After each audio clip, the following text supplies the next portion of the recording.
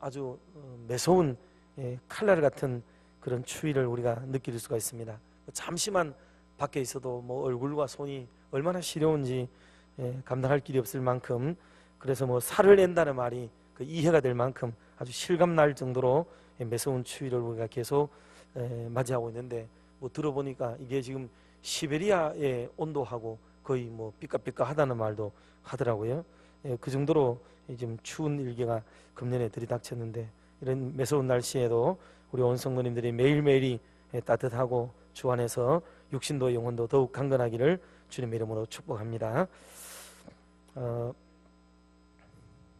우리 박상우 성도님이 우리 이도환 권사님 아들이 지금 재발이 좀 되었대요. 그리고 혹이 3개 발견되어서 내일 아마 오전 8시에 그 수술이 예정이라고 합니다. 여러분께서 기억나실 때마다 좀 많이 기도해 주시고, 또 권사님도 지치지 않도록 서로 협력해 주시고, 또 문자도 좀 보내시고, 어제 아마 서울로 올라가신 것 같은데요, 서로 사랑의 교제를 나눠주시기를 바랍니다. 어린이 설교 시간에 전도사님이 아이들에게 성경 이야기를 들려주었습니다. 그 내용이 뭐냐면 사도행전 20장에 나오는 그 바울이 설교할 때에 창문에서 떨어져서 어떤 청년이 죽었다는 내용의 설교입니다. 그래서 이 설교를 다 마친 뒤에 전도사님이 아이들에게 물었어요. 여러분, 오늘 이 설교를 통해서 우리가 배운 것이 무엇이고 느낀 게 뭡니까? 하고 물었더니 그 아이들이 뭐라고 대답한 줄 아세요? 설교는 짧아야 된다는 것을 배웠습니다. 그러더래요. 설교가 길다 보면 졸은 사람도 생기고 창문에 떨어지기도 하고, 그 참 누가 지어낸 말인지 그 경험한 말인지 참 지혜롭습니다. 요즘 시대 사람들 말을요 얼마나 잘하는지 정말 깜짝깜짝 놀랄 정도로 말을 이렇게 지어내는 건지 경험한 건지 모르지만 그렇게 생각을 하고 있습니다. 오늘 좀 날씨도 춥고 해서 좀 가급적 빠른 시간 안에 여전히 마쳐드릴 생각으로 하나님의 말씀을 또 시작하도록 하겠습니다.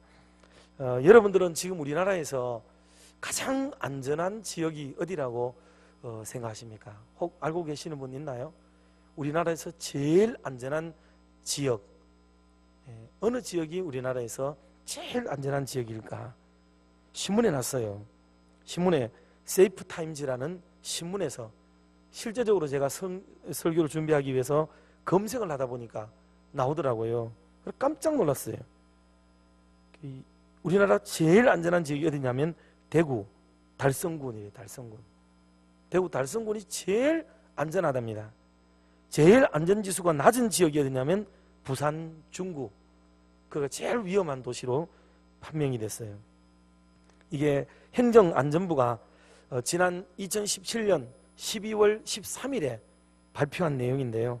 이 내용이 뭐냐면 2017년 전국 시도와 시군구별 7개 분야에서 지역 안전지수를 공개를 하게 됐는데, 이 안전지수를 뭘로 계산했느냐 하면 7가지로 방면에서 조사를 해요.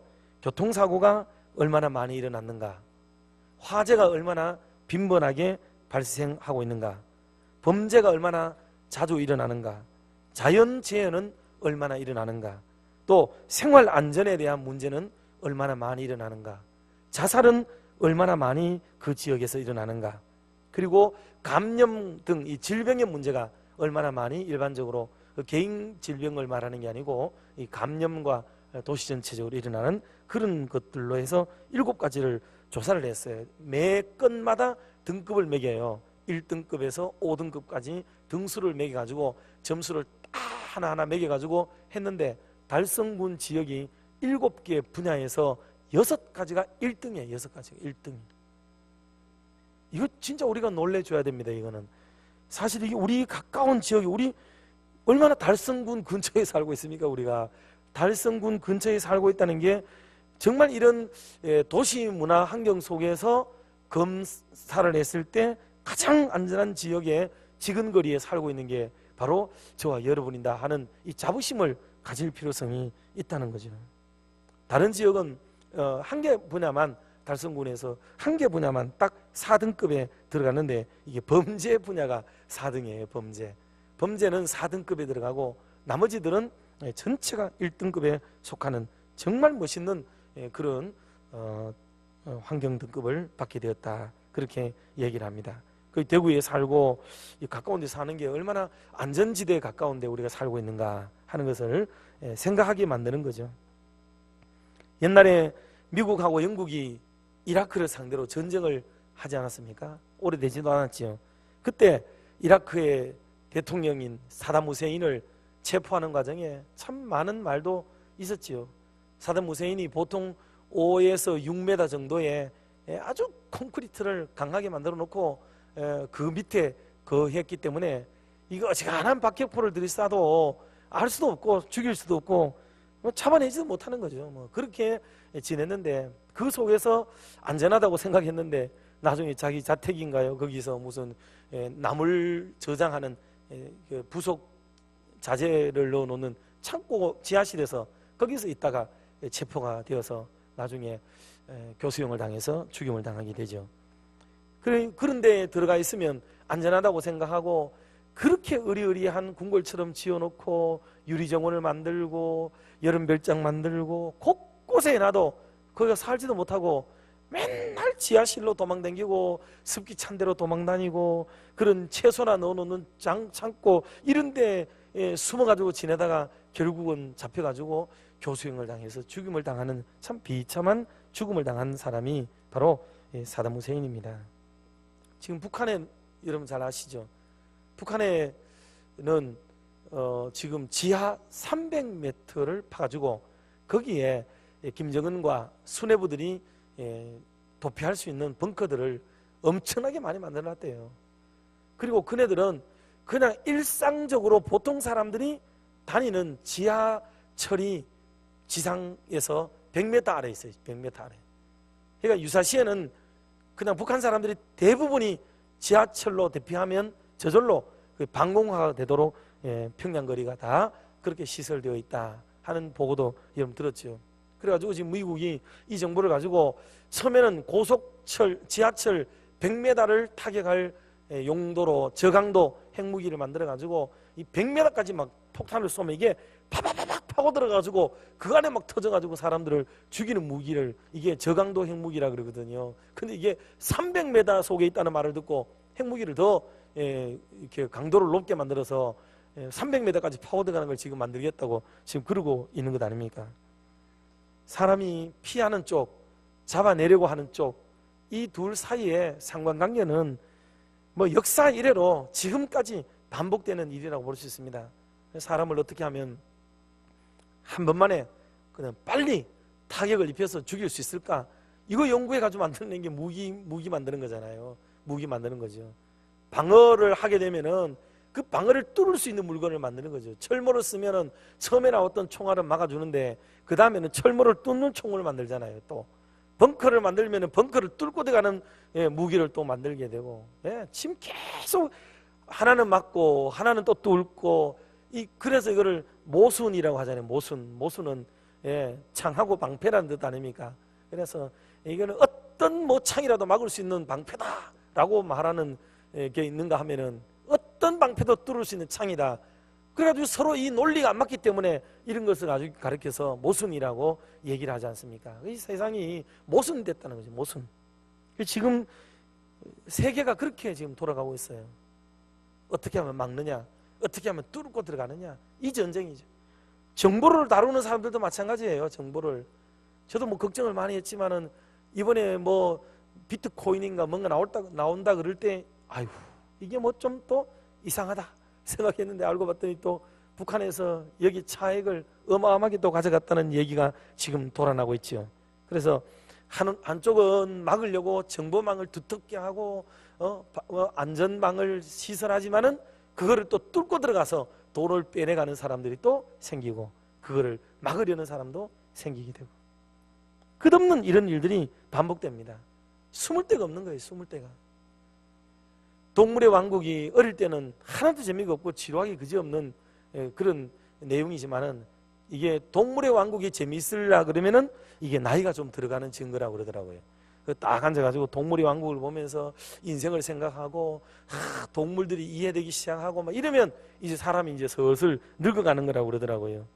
또 가만히 앉아가지고 동물의 왕국을 들다 보면요, 세계 뭐 돌아다니면서 그 보여주는 다큐멘터리보다도 더 실감이 나고 재밌고 그런 걸 느낄 때가 참 많아요. 거기 보면 동물들이 피할 때는 아무 데도 없어요. 사자나 표범이나 하이에나나 이런 족속들을 만날까 싶어가지고 동물들이 뭐 성을 쌓고 살아요. 뭐 어떻게 뭐를 할 수 있는 게 없습니다. 무조건 들고 뛰는 거예요. 무조건 들고 뛰어야 돼. 살 때까지 뛰어야 되고 못 쫓아올 때까지 들고 뛰는 것밖에는 없고 죽더라도 뛰다가 죽는 거죠. 뭐 다른 방법이 없어요. 다른 방법이 없어요. 그 넓은 초원이 자기를 방어해주고 막아줄 수 있는 곳은 아무 데도 없는 거죠. 안전지대가 없다는 거죠. 안전지대가. 뭐 이런 것뿐만 아니에요. 정보, 물리적인 상황 뭐 이런 것뿐만은 아니죠. 얼마 전에 여러분들 중국의 호텔 얘기 좀 들으셨죠? 중국 호텔 청소하는 얘기 좀 들으셨습니까? 위생 상태에 대해서.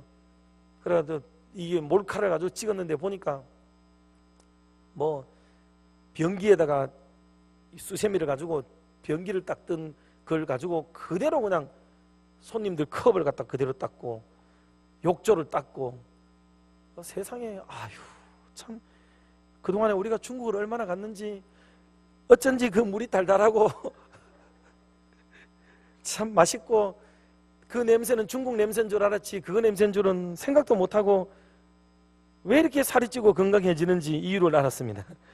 아, 참 그래요. 그런데 이게 여러분 얼마 전에 보셨죠? 4일날인가 5일날 텔레비 나오는 거 이게 중국 얘기가 아니고 우리나라 얘기잖아요. 우리나라 뭐 CSI인가 소비자 연대인가 어디에서 나온 그 조선 TV에서 TV조선에서 방영하는 그 영화에 보면 우리나라도 하루 저녁에 30만 원 이상 하는 호가하는 그런 인류 특급 호텔에도 똑같이 청소를 하더라고요. 똑같이 장갑 끼고 제일 먼저 들어가서 손님들 컵을 그대로 세면대에 올려놓고 그 다음에 하는 일은 수세미 가지고 화장 변기에 물 그 있는 거 그거 묻혀가지고 변기 싹싹싹 닦고 소개까지 닦고 껍데기까지 닦고 욕조 닦고 그 다음에 그거 닦은 가지고 유리 닦고 그 유리는 손님들이 쓰다 남은 버려놓은 바닥에 버려진 타올 가지고 물기 다 제거하고 그걸 갖다가 싹 올려놓고 아 정말 참 그래도 우리나라 특급 호텔은 우리가 뭐 별로 안 갔으니까 큰 문제는 별로 없어요. 아 이건 농담입니다만은 참 아찔하더라고요. 아찔해요. 그래가지고 TV에서 나오는데 보니까 그 사람들인데 그 컵을 갖다가 냄새 한번 맡아보라고 그러니까 아 뭐 냄새가 좀 안 좋습니다라고 하면서 자기들은 대부분 알아봐요. 그리고 다른 사람에게는 거기다 물을 따라가지고 먹어보라 그러니까 달달하네요 하고 뭐 이렇게 나오더라고요. 달달하네요. 참 우리가 안심하고 살 수 있는 데가 없어요. 뭐 보니까 뭐 돼지고기, 왕갈비 이런 것도 뭐 본드가 식용 본드가 붙여가지고 팔더만요 보니까. 예. 그러니 지금 우리가 먹는 거, 쓰는 거, 입는 거, 지금 자는 거, 무기, 컴퓨터 등을 비롯한 인생이 집을 짓고 살고 우리가 그 안에서 안동감을 누리고 행복을 누리는 것뿐이지 행복감을 가지고 있는 거지 실제로 우리가 안심하고 안전할 수 있는 지역은 아무 데도 없다는 거죠. 우리나라에 뭐 30% 가까이인가 뭐 제가 수치를 정확하게 지금 기억을 못 하겠습니다만은 질병에 하여간 엄청난 숫자가 병원에서 감염이 된대요. 병원 갔다가 감염되는 숫자가 어마어마하게 지금 높다는 거죠. 병을 치료해주는 병원에서 병을 옮겨가지고 다니게 되는 이 아이러니한 세상에 우리가 지금 살고 있다니까요. 그러니 사람이 안심하고 살고 걱정 없이 살 수 있는 데가 도대체 어디 있습니까? 그토록 건강하게 살고 그런 것 같아도 작은 세포 조직 하나 때문에 그 순기능처럼 흘러내려야 되는 이 혈액이라든가 어떤 세포라든가 신경조직 하나가 딱 끊기고 막히고 구부러지면 눌리면 그냥 사람이 아야아야하고 엎드려지는데 그 큰 덩치들이 꼼짝달싹 못하게 되는 이런 걸 바라볼 때 사람이 큰 소리치고 살아갈 수 있는 사람도 지금 아무도 없다는 거예요. 이게 그 인생이 그냥 안동감을 누리고 사는 것처럼 보이지만 실제로 우리가 안전하다고 볼 수는 없다는 거죠. 여러분이 사는 집이 뭐 1, 2천만 원 하는 집입니까? 그렇게 좋은 집에 살면 원래 다 건강하게 오래 살고 영원히 살 정도만큼 되는 금액이 아닙니까? 그 정도 집값이면요 얼마나 비싸고 좋은 집이에요. 그런데 왜 늙어가고 왜 아파하고 왜 힘들어하고 그렇게 살아요? 그 정도는 막아주는 게 집 아닌가요? 그래야 되잖아요. 그런데 그게 안 된다는 거예요. 사람이. 그게 안 된다는 거죠. 그러니 인생은 안전지대가 없다는 거예요. 그래서 오늘 말씀을 조금 더 나누면서 그럼 어떤 면에서 우리가 그러한가를 한 5가지 정도로 간략간략하게 말씀을 나누도록 하겠습니다. 소제목 1번을 한번 같이 한번 읽어봅시다. 1. 소유는 안전지대가 아닙니다.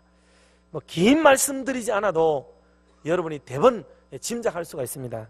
사람이 많은 것을 소유하고 있으면 내가 안전할 거라고 생각하지만 사실 소유를 가지려고 하다가 놀랍게도 우리는 많은 질병에도 걸리고 아픔도 겪고 손가락도 잘리고 그냥 몸을 쓰지 못하는 사람이 되기도 하고 거기서 오는 힘겨움이 말도 못합니다. 말도 못해요. 그렇다고 이것을 소유 자체를 아무것도 가지지 말아야 된다는 뜻은 아니지만 거기에 사람의 행복과 안전이 있는 줄로 생각하는 가치관은 적어도 버리는 게 옳다 이 말이죠. 누가복음 12장 20절 말씀을 우리 같이 한번 합독합시다. 하나님은 이르시되 어리석은 자여 오늘 밤에 내 영혼을 도로 찾으리니 그러면 내 준비한 것이 누구의 것이 되겠느냐 하셨으니 아멘. 우리가 어리석은 사람이 끊임없이 자기 소유를 늘려가는 거죠. 그래서 창고를 또 하나 늘리고 또 하나 늘리고 거기다 쌓아두고 말하기를 내가 여러 해 쓸 물건을 쌓아두었으니 내 영혼아 먹고 마시고 즐겁게 살아보자 이렇게 생각했지만 어느 순간 사람의 생명이 툭 끊어지게 되면 그거 위에서 평생 살아온 자기의 생명을 단축하는 일인지도 모르고 살아왔던 그 스스로가 얼마나 어리석은 사람이 되겠는가 하는 거고요. 그리고 사람은 놀랍게도 이 땅에 굉장히 많은 사건 사고의 이유가 여러분 아이러니하게도 재물 때문에 싸움이 일어나거나 그거 가지려고 사람 죽이고 불태우고 사건 사고 일어나고 있다는 것을 여러분 한번 가만히 생각 한번 해보십시오. 오히려 소유가 얼마나 우리를 더 불효하게 만들고 그리고 정말 우리를 죽음으로 내모는 일이 될 때도 있다는 것을 알 수 있습니다. 그러므로 적당하게 있는 게 가장 좋다는 것을 우리가 알고 지나치게 여기에 과욕을 부릴 때에 집안도 불행해지고 힘들어지게 된다는 것을 알게 됩니다. 좋은 동기들, 집안 형제들도 없을 때는 그렇게 입속에 거도 나눠 먹듯이 행복하고 즐거워하다가 뭐 좀 살고 뭐 좀 마련하고 살고 목에 힘들어가고 배 나오고 그리고 자존심 부리고 조금 더 욕심내고 이러다가 여러분 그것 때문에 지지고 볶고 싸우고 난리를 쳐서 그 행복했던 아름다운 가족 지정은 다 떠나가 버리고 그것 때문에 불행의 늪으로 빠져버리는 어리석은 인생을 생각해 볼 때에 여러분 소유가 우리를 안전하게 만들어주는 것은 아니라는 것을 분명히 우리가 알 수가 있습니다. 자, 두 번째로 소제목 같이 한번 읽어봅시다. 2. 사람도 인생의 안전지대가 아닙니다. 우리는 다 그렇지만 대부분 그렇죠. 다라기보다도 대부분은 높은 사람, 권력자, 힘 있는 사람, 이름 있는 사람 참 우리는 부러워합니다. 지금도 남북 사람들이 오가는 얘기들을 통해서 뉴스에 연신 지금 나오고 있는데 뭐 북한 서열 메디가 오고 뭐 백두혈통이 오시고 뭐 이런 얘기를 나누면서 권력의 그 대단한 위력을 우리가 얘기하고 있습니다만 그런데 여러분 아이러니하게도 역사 속에 권력자들 옆에 서 있다가 폭탄 맞아가지고 같이 죽은 사람들 얼마나 많은지 아세요? 권력자들 죽이려고 나서는 사람들 때문에 곁에서 총 맞아 죽고 비명격사한 사람들이 한두 명이 아니에요. 이 권력이 있으면은 또 권력자들 곁에 있으면은 너무나도 안전하고 좋을 것 같았는데 그 라인에 섰다가 아무것도 안 되고 같이 그냥 쫄딱 망한 사람들이 한두 명이 아니에요. 한두 명이 아니에요. 그러니 권력과 사람이 우리를 지켜주는 게 절대로 아니라고요. 이걸 우리가 잘 이해를 해야 됩니다. 성경은 이 부분을 이사야 22장 22절에서 이렇게 말씀을 했어요. 같이 한번 합독합시다. 너희는 인생을 의지하지 말라. 그의 호흡은 코에 있나니 셈할 가치가 어디 있느냐 하고 얘기합니다. 사람은 그래서 사랑해야 될 대상이지 의지할 대상은 아니라는 것을 우리에게 보여주는데도 불구하고 우리가 자꾸 사람을 의지하고 기대는 것 하나님이 좋아하지 않으십니다. 여러분, 하나님을 신앙하시기를 주의 이름으로 축복합니다. 자, 세 번째 소제목 같이 한번 읽어보도록 합시다. 3. 사상 체계도 안전지대가 아닙니다. 우리는 흔히들 뭐 그런 얘기를 해요. 뭐 회색 분자 뭐 이런 말 하죠. 어떤 일이 탁 터지면은 이쪽에 서느냐 저쪽에 서느냐 이걸 가지고 참 많은 얘기를 하게 됩니다. 지금 뭐 대단히 죄송한 얘기이기도 하지만 우리 교단이 지금 총신 측과 총회 측으로 확 갈라져 있습니다. 지금 그래서 모든 목사님들이 지금 눈치를 보느라고 난리예요. 총회 편에 서느냐 총신 편에 서느냐 라인을 따라서 지금 색깔을 정하느라고 바쁩니다. 지금 싸움이 길어질수록 오래 갈수록 자기 의사 표명을 요구받고 있는 시대에 우리가 살고 있어요. 우리는 싸울 생각도 없고 우리는 어느 편에 서서 뭐를 할 생각도 아니고 다만 총회를 위해서 기도하고 총신을 위해서 기도할 뿐이지만 사람들은 우리를 가만히 두지 않아요. 어느 쪽에든지 서라는 거죠. 어느 쪽에든지. 가운데 서면 이쪽에도 저쪽에도 다 팽당하게 되고 뭐 그렇게 되기도 하고요. 그 끝없는 싸움을 걸어오는 거예요. 참 이게 안타까운 일입니다. 전 세계가 지금까지 싸워오는 큰 틀이 뭡니까? 민주주의 또는 공산주의, 뭐 사회주의라고도 하고 이런 색깔 때문에 온 세상이 지금 끝없는 싸움을 해오는 거죠. 민주주의가 강한 나라에서는 민주주의가 승리하고 공산주의가 센 나라에서는 공산주의를 따라야 되고 어정쩡하게 있다가 보면 여기서도 팽하고 저기서도 팽당하고 이게 참 아찔하고 힘겨운 세상을 점차 마련하고 있습니다. 물론 공산주의의 실패도가 지금 높고 공산주의가 이미 전 세계적으로 실패한 것으로 그 체제에 대해서 인정을 받지 못하고 있습니다. 그리고 중국도 문을 열고 세계 곳곳에 있는 공산주의가 문을 열고 자유시장 경제체제를 지금 다 받아들여 가고 있는 그런 즈음 아니겠습니까? 그러다 하더라도 이런 사상 체계 자체가 우리를 안전하게 만들어주는 건 아니에요. 역사 속에 보면 기독교회도 하나의 사상 체계로 남아있을 때는요 대단히 불안했습니다. 이슬람이 득세할 때는 기독교회를 사정없이 박해하고 그들을 다 잡아 죽입니다. 예수 믿는다는 이유 때문에 불태움을 당하고 죽임을 당하고 거기에 뒤따르는 그 지불해야 될 대가는 얼마나 컸는지 말도 못합니다. 한때는 또 십자군 시대에는 이 천주교를 비롯해서 기독교가 장악을 하고 지배를 하니까 그렇지 않는 사람들을 또 잡아서 마녀사냥이라는 미명 아래서 힘겹게 세대를 어렵게 만들고 했던 역사적인 시간들이 우리 시대 앞에 지나갔습니다. 이슬람이 득세할 때는 이슬람이 그렇지 않는 종교를 다 잡아가지고 목을 따서 사람을 죽여버리고 회교가 또 극심한 땅에도 사람과 집들을 불태워버리는 일들이 지금도 인도 북부에서는 여전히 진행이 되고 있고요. 불교가 득세할 때도 역시 그런 일은 반복되었고 그래서 세계 역사의 어떤 흐름이 사상 체계가 아무리 옳다고 그래도 온전하다고 그러더라도 그 사상 체계 자체는요 언제나 역사 속에 다 옳은 게 아니었습니다. 그것 때문에 사람들이 무지무지 죽어나가는 거예요. 아무 이유도 없이 그냥 농사 짓고 공장 다니고 그렇게 일 잘하고 한 세상 살다가 가도록 내버려 두면 되는데 괜시리 이런 것 때문에 사람을 끌어들여가지고 그냥 잘 살아야 될 사람들을 그 이유 하나 때문에 다 죽여버리는 거예요. 이게 여러분 세상입니다. 이게 사상체계라고 하는 거예요. 이게 우리가 사는 세상이 얼마나 지금 이게 오히려 옳다고 하는 것조차도 삐뚤어져 있는지 우리 이것을 큰 눈으로 여러분이 한번 세계사를 또 역사를 이렇게 가늠해 보시면 제가 드리는 이 말씀이 그저 그냥 하는 말이 아니고 정말 참 그럴 수 있겠다는 생각을 우리가 가지게 될 수밖에 없어요. 그래도 참 감사한 것은 대한민국에서는 종교 가지고 우리끼리로서는 크게 그래도 뭐 사람 목을 따고 그렇게까지는 하지 않는 대한민국 안에서만큼은 그래도 비교적 불교도 기독교도 천주교도 나름대로 좀 잘 지내왔던 편입니다. 그러나 앞으로 이슬람이 저렇게 기승을 부리고 들어오고, 아시다시피 이슬람은 4%만 돼도 영향을 미치기 시작하고, 이슬람이 20%가 되어지면 그 사회는 완전히 그냥 초토화가 됩니다. 초토화가. 그 감당을 할 수 없어요. 감당을요.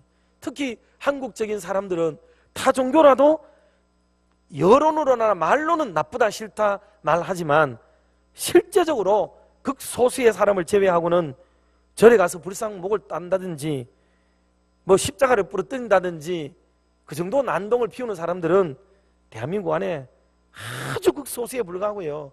어느 정도는 매너 있게 살고 교양 있게 예의를 지키고 그렇게 지내왔어요.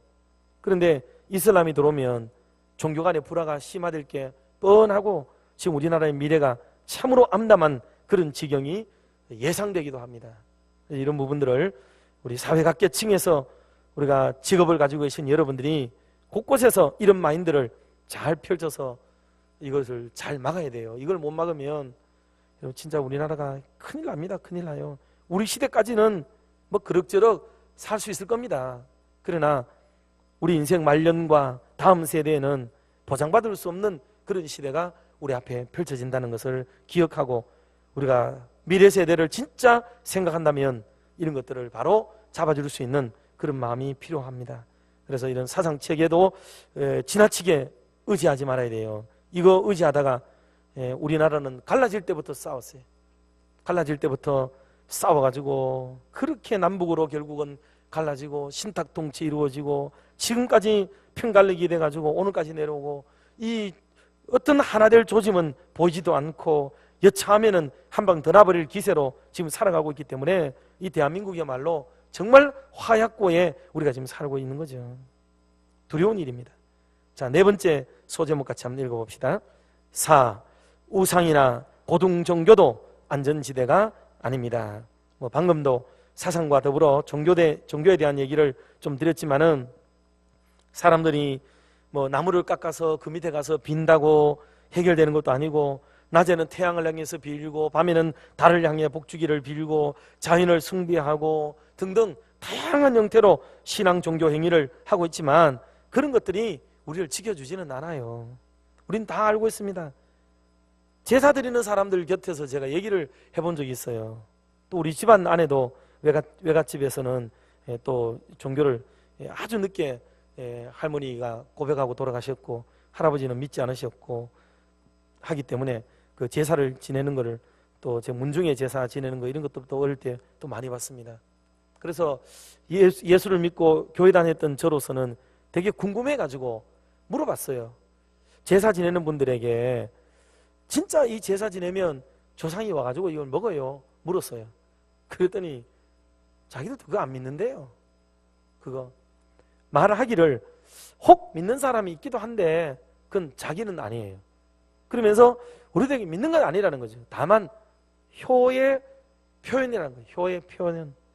그래서 어른들에 대한, 돌아가신 어른들에 대한 예로서 하는 거라면서 마당을 대문 확장 열고 마당에 들어오다가 이게 빨랫줄까지 다 치워요. 귀신 들어오다 모가지 걸린다고.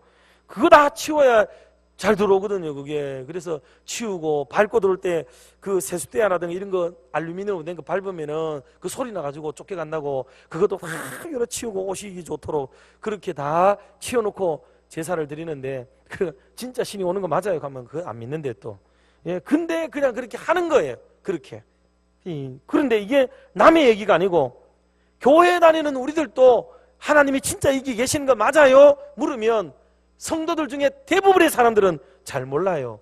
이래 대답하지 하나님 여기 계셔요 하고 확신 속에 예배드리고 신앙생활하는 사람이 좀 드물다는 얘기예요. 이게 남의 종교만 욕할 것도 아니고 제법 고등 종교를 가지고 있다고 믿는 예수쟁이들조차도 실제로는 그 안에서 안 믿는 분들이 참 많다는 거예요. 참 많다는 거예요. 이게 우리를 참 싸늘하게 만들고 섭섭하게 만드는 안타까운 일이 아닐 수가 없습니다. 자, 어떻든지 이 우상 종교가 아무리 발달되고 고등 종교가 발달돼도 거기서 무슨 우리가 안전하게 되거나 그런 것은 결코 아니에요. 자, 고린도전서 8장 4절 말씀을 같이 한번 합독해 봅시다. 그러므로 우상의 제물을 먹는 일에 대하여는 우리가 우상은 세상에 아무것도 아니며 또한 하나님은 한 분밖에 없는 줄 아노라. 아멘. 여러분, 이것을 꼭 믿으시기를 주의 이름으로 축원합니다. 자, 그러면 우리 인생의 마지막 제시할 수 있는 안전지대는 어디에 있는가? 다섯 번째를 같이 한번 읽어보도록 하겠습니다. 자, 인생의 안전지대는 오직 그리스도 예수 안에 있습니다. 아멘. 오늘 1절 말씀을 같이 한번 더 읽어보도록 합시다. 본문 1절. 자, 같이 봅니다. 그러므로 이제 그리스도 예수 안에 있는 자에게는 결코 정죄함이 없나니. 아멘. 2절에 그 이유를 말했습니다. 그리스도 예수 안에 있는 생명의 성령의 법이 죄와 사망의 법에서 너를 해방하였습니다. 아멘. 죄와 사망의 법이 우리를 더 이상 엄습하지 못하도록 만들어주는 그 이유가 뭐냐면 예수 안에 있는 그 예수 그리스도의 의로움이 우리를 덮어주기 때문에 그러하다 하는 것을 우리에게 말씀했습니다. 그러므로 우리가 종교 안에 머무는 사람 되지 말고 예수님 안에 머무는 저와 여러분이 되시기를 주의 이름으로 축복합니다. 빌립보서 3장 4절로 7절 말씀 같이 한번 놔둬갑시다.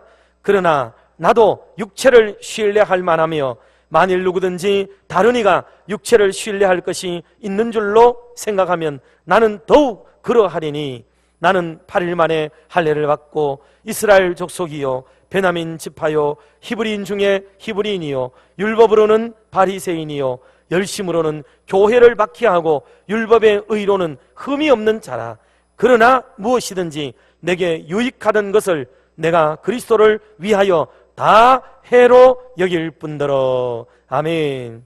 그래서 자기가 믿고 있던 것, 육체 막 이런 것들, 자기 출신, 배움, 가문, 학벌, 지연, 인연 이런 것들을 전부 배설물로 여겨버렸던 바울의 가치관을 우리가 생각해 본다면 다시 앞에서부터 말씀했던 모든 내용들, 사람을 의지한다든지 사상 체계를 믿는다든지 뭐 물질과 소유를 우리가 의지한다든지 이런 등등의 따위의 모든 것들이 다 소용없는 것들이고 그런 것들을 의지하는 것이 바람직하지 않다는 것을 우리에게 보여주고 있는 겁니다. 그래서 여러분, 그리스도 안에서 돈을 모으더라도 예수 안에서 물질 생활하시고 우리가 사상 체계를 세우더라도 예수 안에서 세워가고 항상 무엇을 하더라도 교회 안에서 하나님이 기뻐하는 그 은총 안에서 우리가 살아가는 것이 가장 바람직하고 옳은 일인 줄로 믿으시기를 주의 이름으로 축원합니다.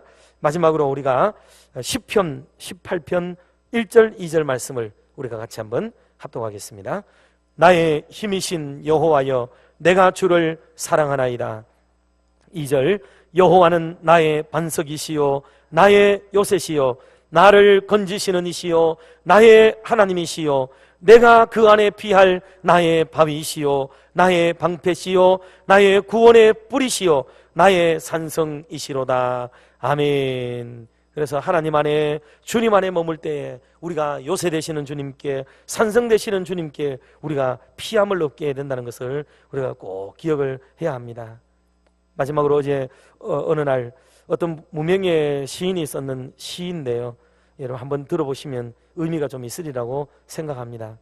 특별히 우리는 이 자연 만물과 자연의 법칙 속에서도 하나님의 은혜를 늘 배우는 훈련을 해야 된다 말씀을 드렸죠. 그런 것처럼 오늘 이 시가 그것을 말해요.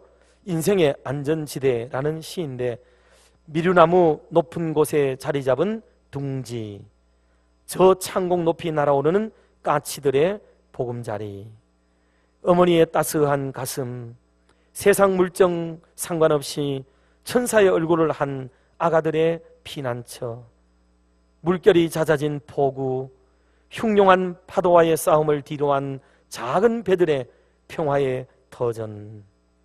이 시인이 둥지와 엄마의 가슴과 또 물결이 잦아들어진 이 폭우를 참 안전한 지대로 생각을 하게 됐죠.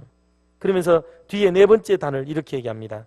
예수 그리스도 상한 손과 발, 무지한 죄인 영원히 품어 천국의 자녀로 살게 하는 생명의 안전지대, 더 넓고 넓은 우주 속에 하나님의 허락하신 인생의 안전지대 예수 그리스도, 나 그 속에서 자유의 노래 부르리라. 기쁨의 몸짓 회복하리라. 두려움의 외투를 벗어 던지리라. 평화의 세마포 옷 단장하리라. 당신은 인생의 안전지대를 아는가? 당신은 인생의 안전지대에 사는가? 당신은 인생의 안전지대를 전하고 있는가? 그런 물음을 우리에게 주는 참 믿음의 시라고 봅니다. 여러분, 우리가 안전지대 주님 안에 머물고 여기서 이 지대를 알고 이 안에 살고 그리고 이 안전지대를 많은 분들에게 전하는 그런 멋있는 삶을 오늘 이후로 더 힘차게 살아가는 저와 여러분이 다 되시기를 주의 이름으로 축복합니다. 기도하겠습니다.